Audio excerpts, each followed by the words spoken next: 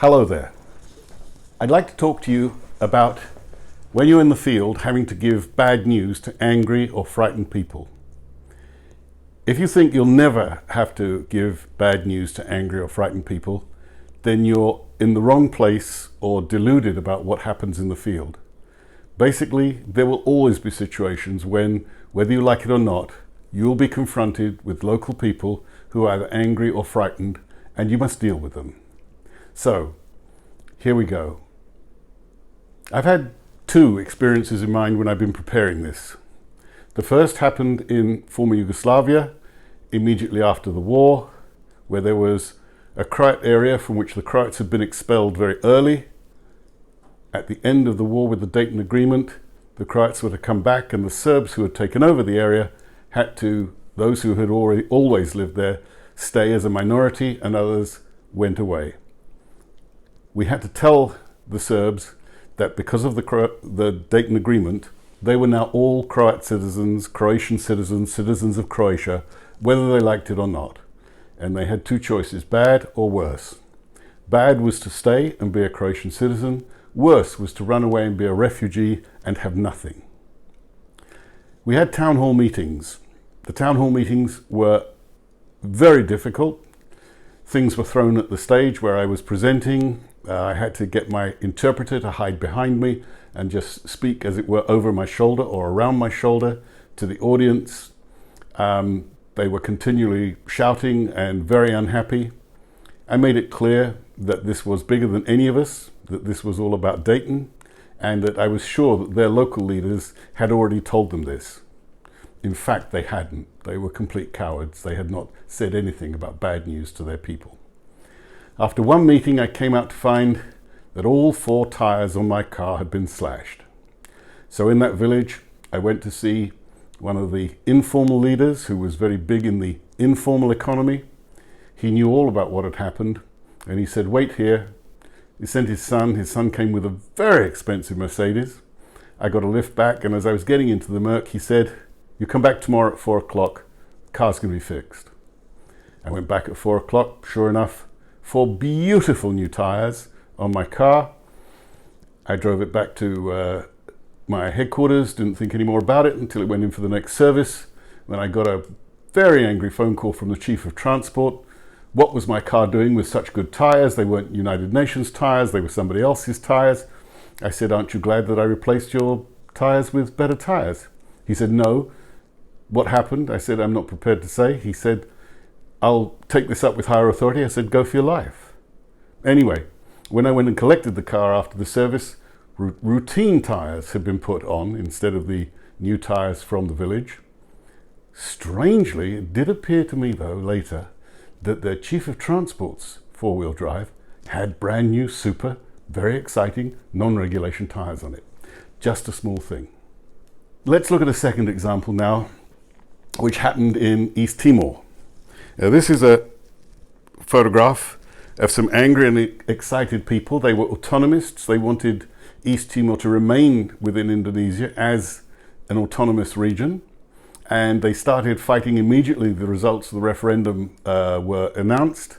And this is them in the capital, Dili.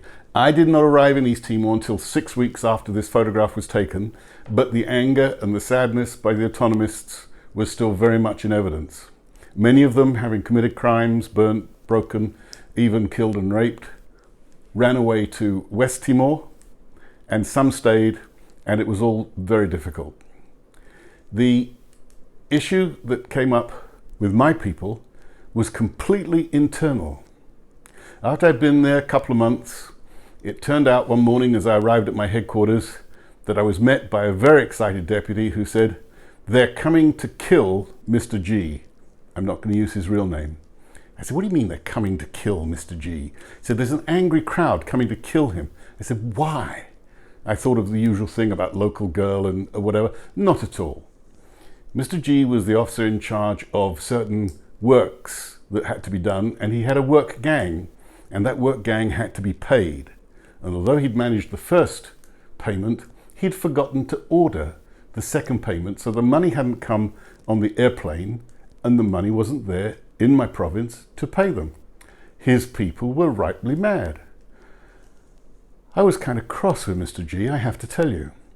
Anyway, as I could see the mob coming down the street, I said to my deputy, you get Mr. G into the store cupboard and you lock the cupboard from the outside. You tell him to be quiet. Other thing you tell him, not to worry about the mob. But if I come back through this door alive, he's to worry about me. Anyway, I went out and waited at the top of my steps for the mob to arrive. They came with rocks the size of grapefruit in their fists. They were really going to do a number on Mr. G. So I greeted them from the top of the stairs, and again I told my interpreter to stand behind me, not to expose herself to anything that might happen. And I said, you know who I am? And they grunted. And I said, I have heard just now, this very minute, that a bad thing has been done to you. And I could feel come to the breath come out of these guys. And I said, I am at this minute working on rectifying the problem that you have had. Now, all of these things I repeated several times because repetition of reassuring messages lowers the temperature each time you do it. Finally, I had them completely looking a bit sheepish with these great rocks in their hands, and I realized then was the time to do my next bit. And I said, right, the lot of you, come with me. And I came down the steps to their level and walked through them and walked towards the entrance to the compound where my office was and all our UN offices were. And I pointed beside the gate and I said, you pile all those rocks in a pile here. And every time you go past in future, you look at how you threatened your governor with those big rocks. You threatened your governor who was trying to help you. I am your father. And it was a very common expression there for this kind of traditional society. When you were in charge or you were the person who could do something for them, I am your father. I said, I am your father, and you threaten me with rocks. Now what we're going to do is this. There's too many of you who all come in.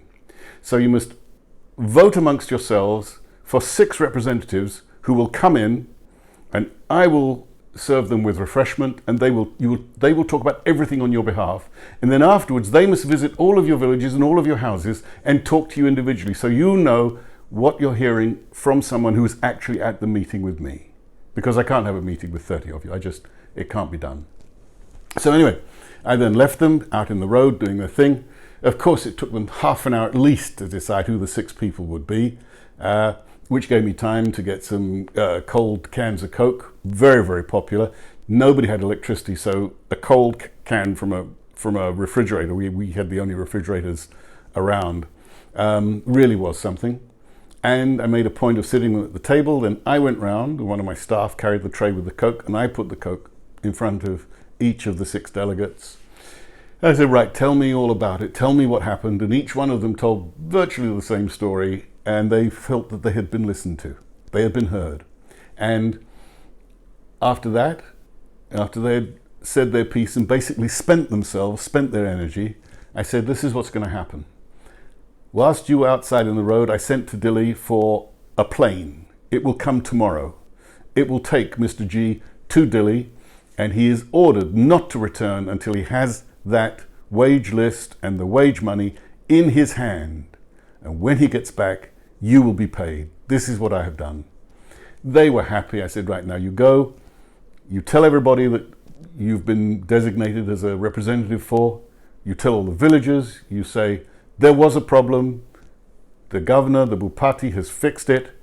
He is going to get Mr. G on a plane to Dili and back with the money. And basically that was how I did the second one. The first one, we were victim of international events. The second one, we were victim of an internal screw-up. One of my guys got it wrong badly. Okay, so let's look at the Cynefin framework and how this helps us understand what's happening here.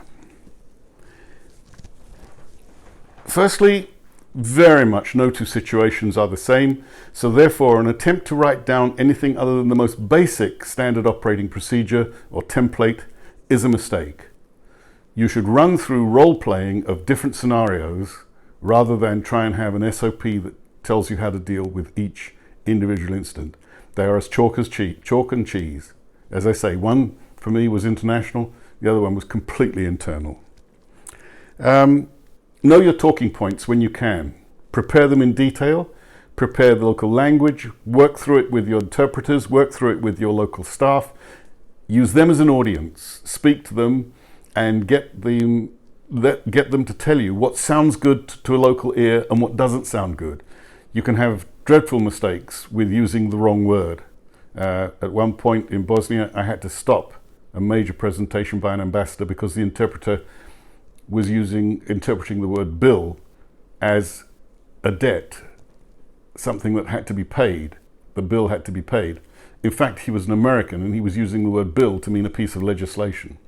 So there's all sorts of things like that you've got to do before you engage with them, if you can.